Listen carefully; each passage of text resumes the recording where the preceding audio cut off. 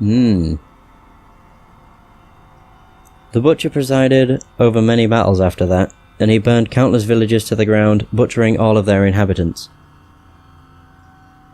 Then one night, something happened. The general felt a strange itching sensation on the back of his hand. It was different from an ordinary insect bite or skin eruption. It was deeper down and felt like a kind of squirming. This is odd. He clawed at his skin, but the itch would not subside. It was very strange. There was no redness or swelling or sign of a rash. Maybe I touched a poisonous moth.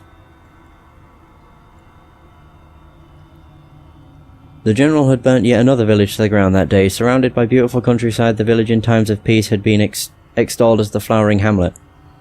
In keeping with the name, the villagers poured their energies into cultivating flowers of many hues, and the ones in full bloom in this particular season had the colour of the setting sun. Indeed, the entire village looked as if it had been dyed the colour of a beautiful afterglow. This was the village that the general burned down, with flames far redder than any sunset. The villagers who ran in circles begging for their lives, he killed one at a time. Far redder than the sunset, far redder than the flames was the blood that soaked into the earth. But this is how it always is. I didn't do anything special today. Shaking the hand that refused to stop itching, the general took a swallow of liquor. And in that moment, it happened. Tearing through the thin skin on the back of his hand, a number of small grain-like things emerged from within. No blood flowed, no pain accompanied them, exactly the way plants sprout from the earth. No, the things that covered over the back of his hand before his very eyes were, unmistakably, plant sprouts.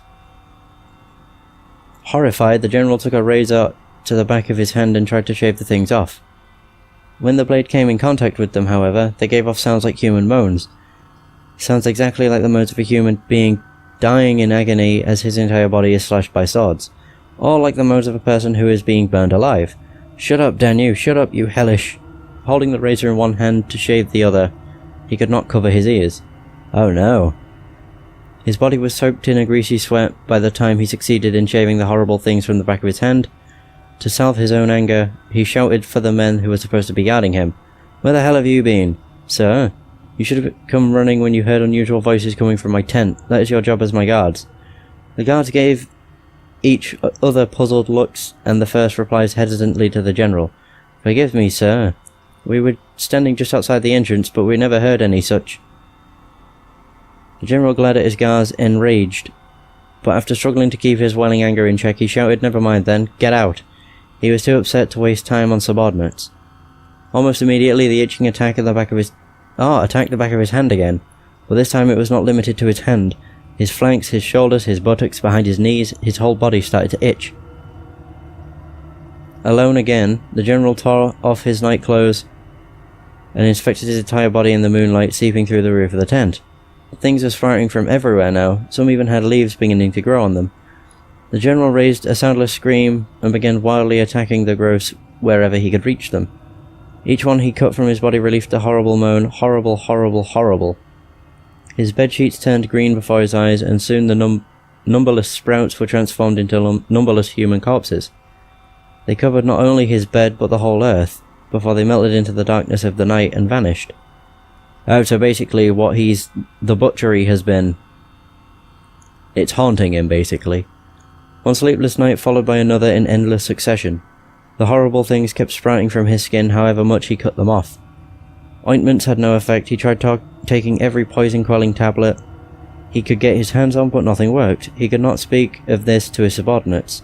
If a rumour spread that strange plants were sprouting from the butcher's body, it would embolden his enemies and discourage his allies.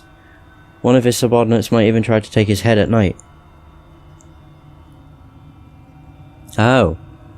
His cowardice had earned him the name of the Butcher, and that same cowardice was what turned the general into a lonely, isolated man. He had no one he could tell about this. Each night the general would wage his lonely battle, though perhaps it could not be called a battle precisely. The things merely sprouted from his body and put up no resistance. When he took the razor to them, they would simply moan and fall away. What the Butcher was engaged in on his own was less a battle than lonely butchery. Several more nights went by. The sprouting continued with undiminished force. The single fortunate aspect, perhaps, was that was that the things only sprouted in places on his body where the general could reach with his razor. This could as well have been a curse, however. The general had no choice but to go on shaving the things precisely because he could reach them. Precisely because he was able to perform the butchery by himself. He could not call for help. His lonely butchery continued, his sleepless nights continued, the general's flesh wasted away. Why is this happening? The general asked himself. Why did this have to happen to me? This is a time of war. I am here on the battlefield. I have to kill the enemy in order to survive, in order to give myself future peace of mind. I have to kill them all, both armed and unarmed. It is simple common sense. The general all but spit out the words. All I have done is a sensible thing in the most sensible way. Okay, he's delusional. This night again the sprouts emerged from his body. This night again the general had to shave them off. Again the countless moans. Again the countless bodies. Again he heard the cock crow to announce the end of the night. Oh god. Again the general had passed the night without the comfort of sleep. Oh my god, he's gone on like several days. The general's body, once superbly conditioned on the battlefield, withered away before his own eyes. But more than his body, his mind became unstable. He spent his days sprawled on his bed. Even eyes open or closed, he would see images of his past scenes of butchery. Now he began to recall the words of a skilled but isolate mercenary. Hatred doesn't evaporate from cutting off a life. It remains in the earth, in the clouds, in the wind. The general wanted to see that man again. To see him and ask him again, have I been wrong all these years? Yes. The man himself, a man of few words, would probably not answer his question. Still, the general wanted to see him again, that mercenary, that Kaim fellow. The sun went down, the night gradually deepened. As always, the itching started and the plants began to sprout. But the general, grasping the razor in fingers that now looked like withered branches, no longer had the strength to shave them off. His back began to itch. This was the first time the things had sprouted someplace beyond his reach, as if they had been waiting for his opportune moment. This opportune moment. Sprawled on his bed, the general let the razor drop from his hand. Enough, I don't care anymore. The sprouts kept growing, creeping over him, and before long, they had covered him completely. At that point, his back split open and an unusually large sprout emerged. By dawn, the sprout had fully matured, and before the cock crowed, it had produced a single blossom the colour of an evening afterglow.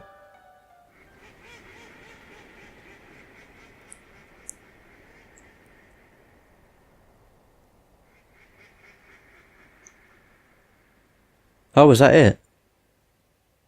Oh, yeah. Many long years have passed.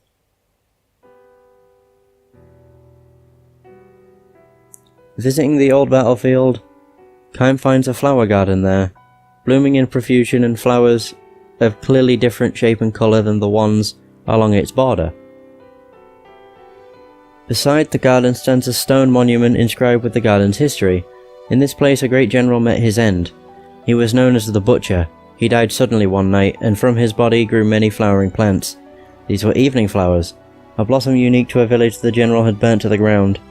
An ancient legend tells us that the seeds of the evening flower lodge in the bodies of those who nourish hatred in their breasts, and the roots of the plant feed the flowers with the person's flesh. Ah! The garden's flowers the colour of the setting sun. Sway in a gentle breeze. Kaim stands there for a time, gazing at the countless flowers given birth by hatred, before walking on in silence. It is said that in the very centre of the garden lies a disintegrating suit of armour, but no one has ever found it. End. Wow, okay. That was a good one. They're all really good. I know I say that every time, but they are really good. Okay, there's nothing up here, apparently. Oh yeah, there is. Yay! I think they're just really, really good pieces of writing.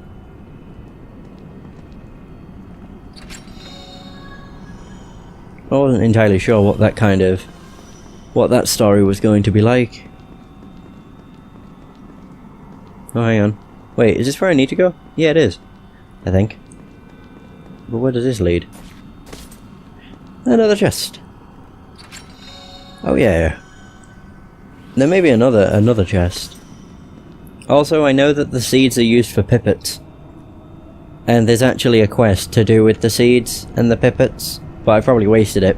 Like, because I've used so many seeds on one pipit. I use like upwards of 10 seeds on a single pipit.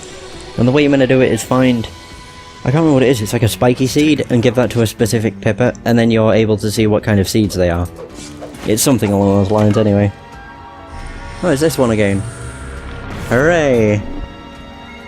Should I... can I just attack this? I probably won't do much damage, but still. I want to try it. Plus, their shadow magic will kill it instantly, so it's fine. 67! Oh no, 0 damage! Well, that only did 107. Bloody hell! Uh-oh. I just realised it's probably going to use stare. Yep. Oh, crap. It don't matter, this fight will probably be over. Yeah, it's probably over now.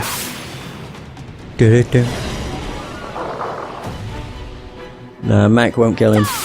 Wait, is he dizzy as well? He is. Oh no. Also remember that Seth's ring is a blinding ring. Yeah. I'll change it. That was a close one. It was.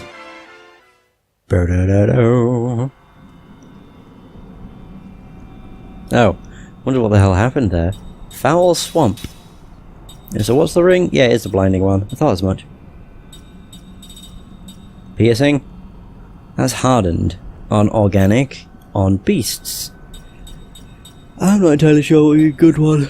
Probably that. Can I make... Oh no, I need Guardian Ore, don't I? Or something along those lines. Yeah. I don't have any of those. Mauler. What the heck? Quadruples damage to enemy GC when perfect. Whoa.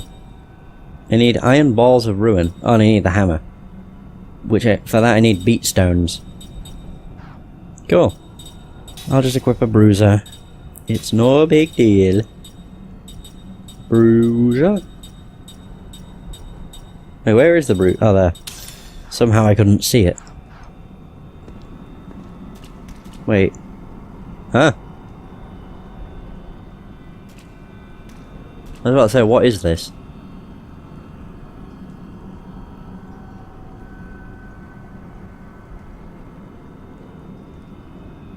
What's that thing? It's all lit up. Oh, that's a firefly. Those are pretty rare. It's a kind of insect that lights up in the dark. If you're gentle to them, they can be used as light. I'm not so sure about this. Stop being such a wimp. Here, put one on your shoulder. See? It'll stay there. With a cave like this, you never know where the pitfalls might be. It could be pretty dangerous, so we need to protect our light sources. Oh, I see.